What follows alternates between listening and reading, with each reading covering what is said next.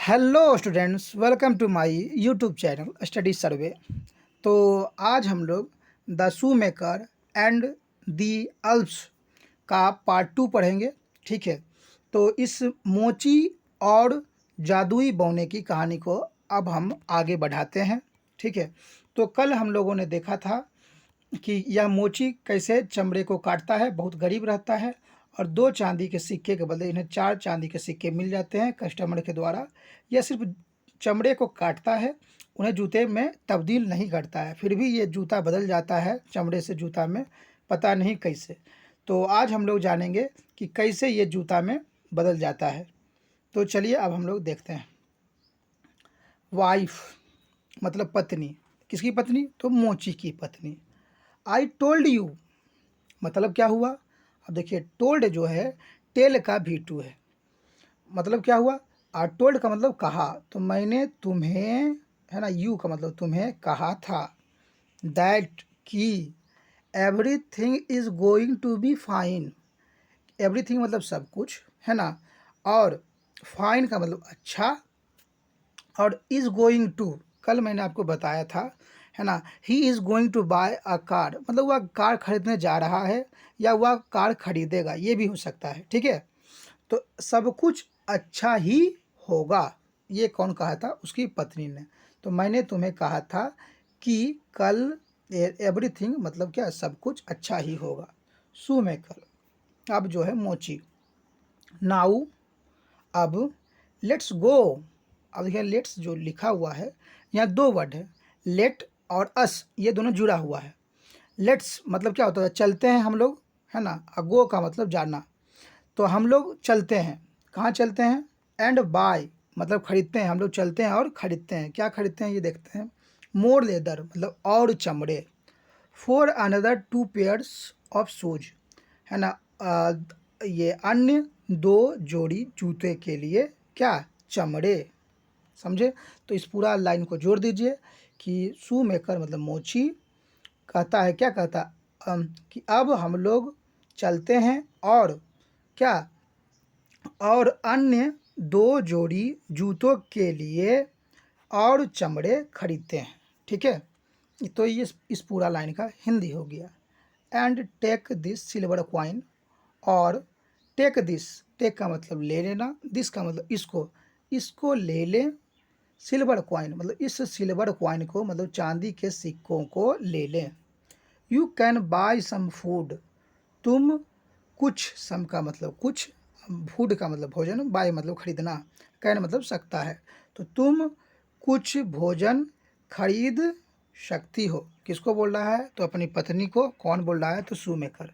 ठीक है, नरेटर मतलब कहानीकार जो है वो कहता है कि the shoe maker and his wife मतलब मोची और उसकी पत्नी went out.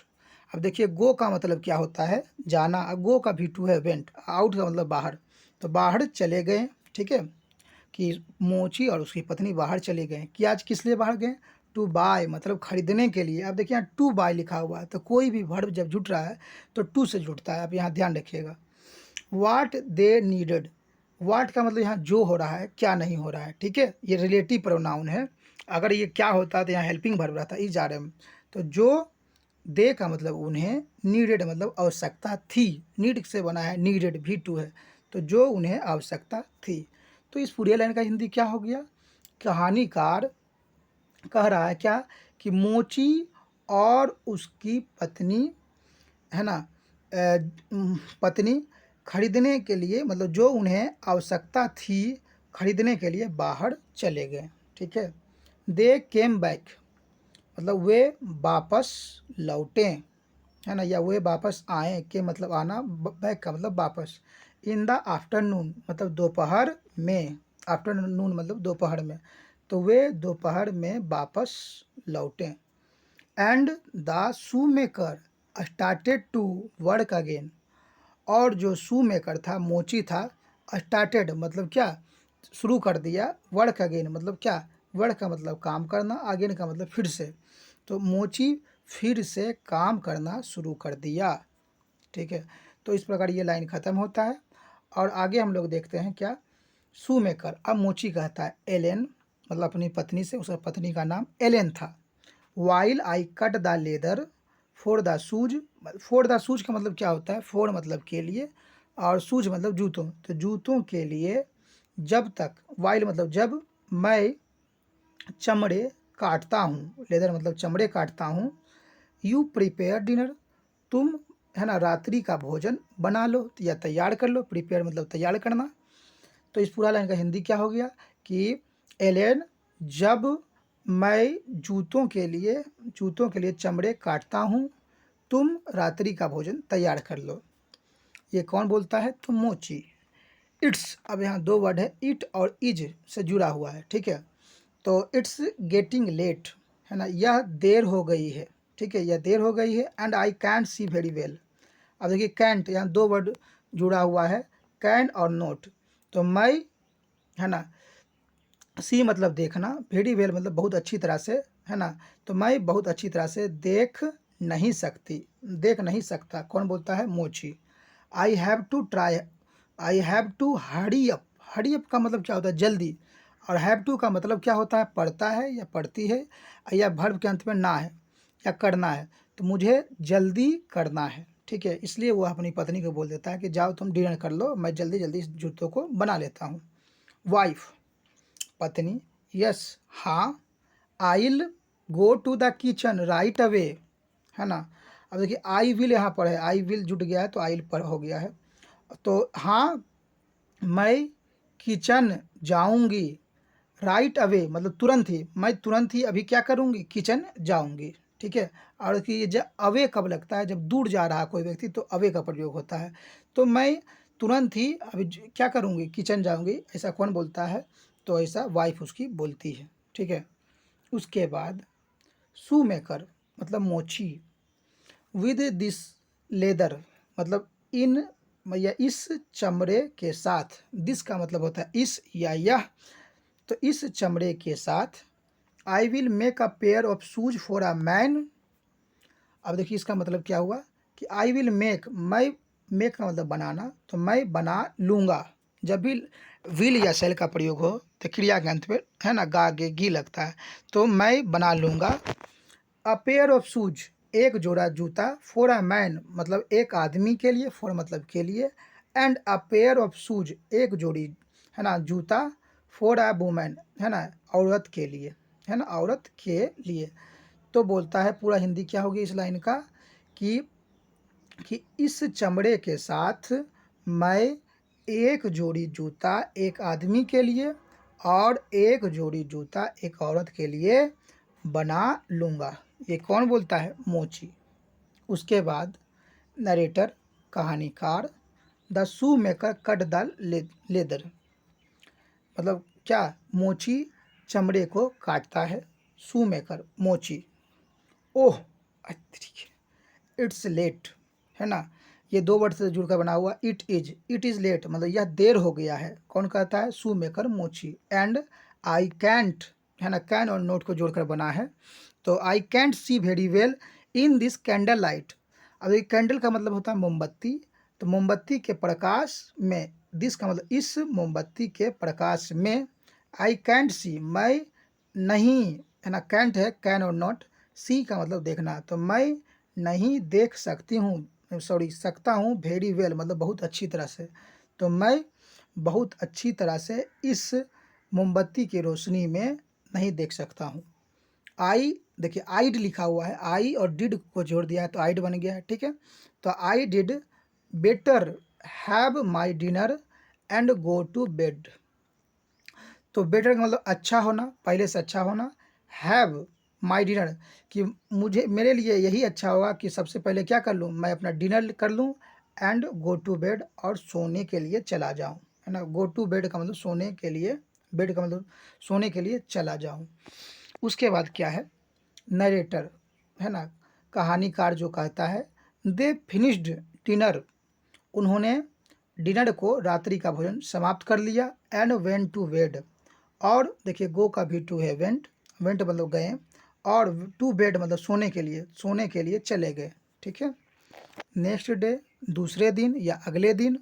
As soon as, जैसे ही, एज सुन एज मतलब जैसे ही या ज्यों ही, the shoe maker entered his shop.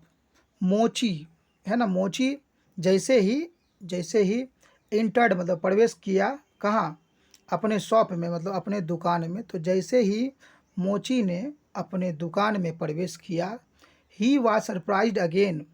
वह, अगेन का मतलब फिर से, सरप्राइज्ड मतलब आश्चर्यचकित हो गया। तो वह फिर से क्या हो गया, आश्चर्यचकित हो गया।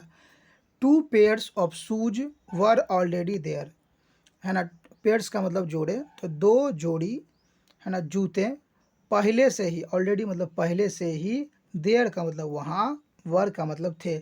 तो दो जोड़ी जूते पहले से ही वहाँ थे। इसी को देखकर क्या, जैसे ही शू मेकर मतलब मोची वहाँ इंटर किया, वह क्या हो गया, आश्चर्यचकित फिर से हो गया।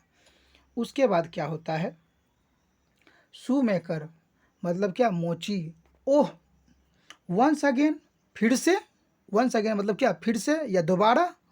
The shoes are done on their own, देखिए ओन देयर ओन मतलब अपने आप, है ना।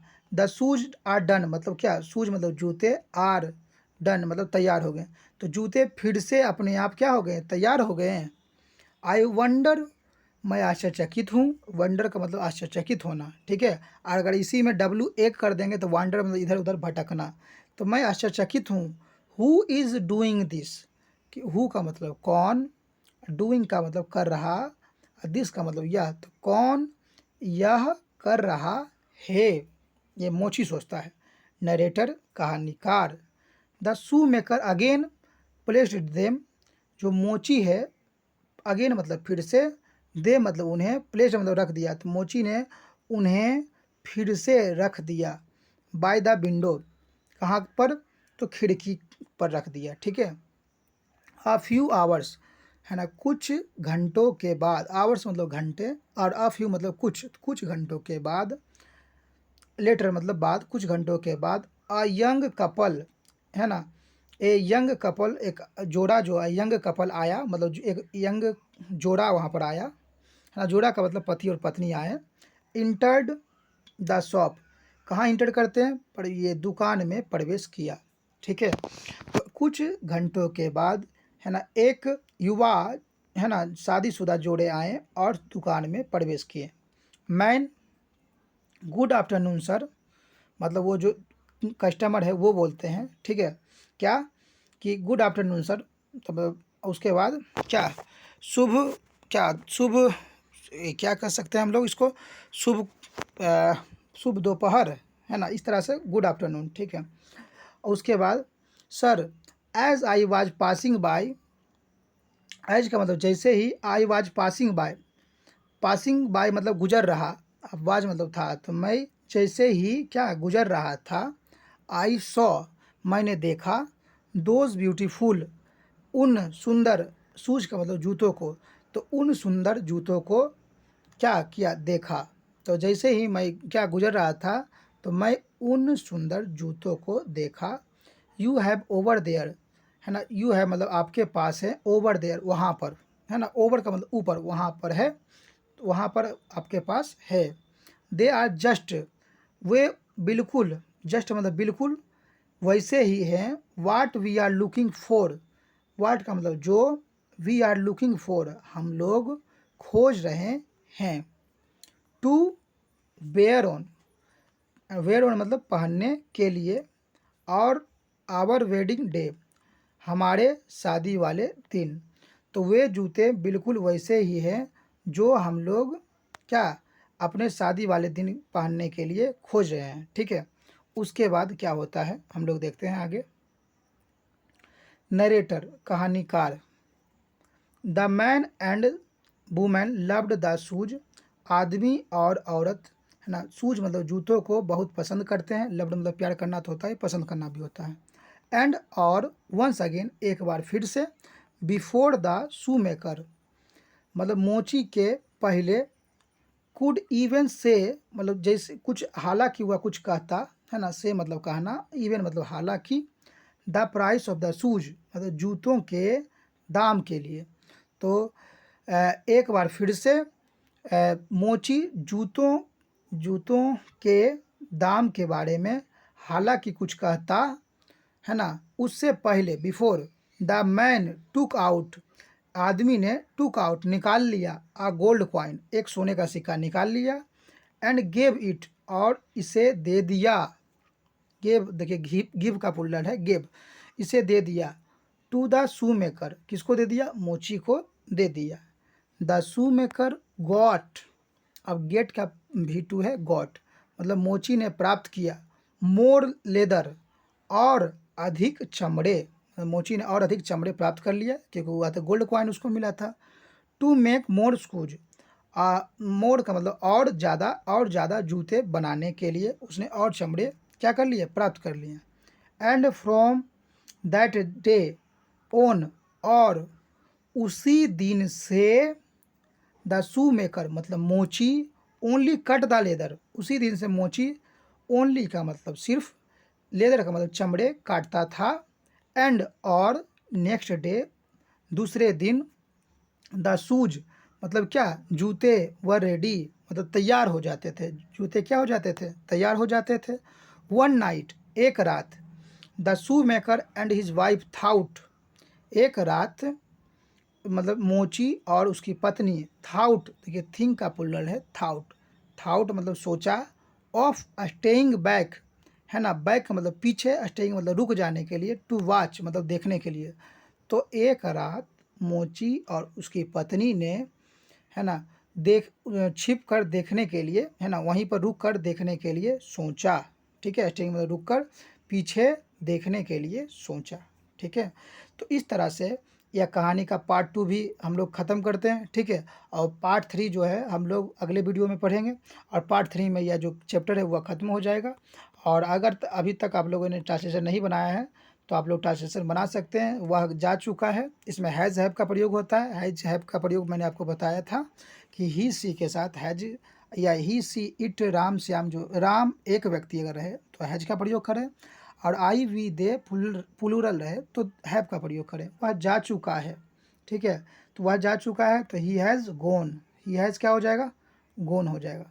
ठीक है, तो इस तरह से आप क्या कीजिएगा, सारा ट्रांसलेशन आप इसको बना लीजिएगा, और इसमें आप चाहेंगे तो निगेटिव वाला भी और इंट्रोगेटिव वाला भी क्या कर सकते हैं, बना सकते हैं। इसमें निगेटिव वाला तो दे ही दिया गया है ना, और इंट्रोगेटिव वाला भी आपको दे दिया गया है। तो इस तरह से वाक्य आप आराम से बना सकते हैं। और अगर आपने अभी तक याद नहीं किया है तो आपके लिए मीनिंग भी फिर से मैं आपको बता देता हूँ। ठीक है, ये कुछ मीनिंग था, तो इस मीनिंग को आप फिर से याद कर लीजिएगा।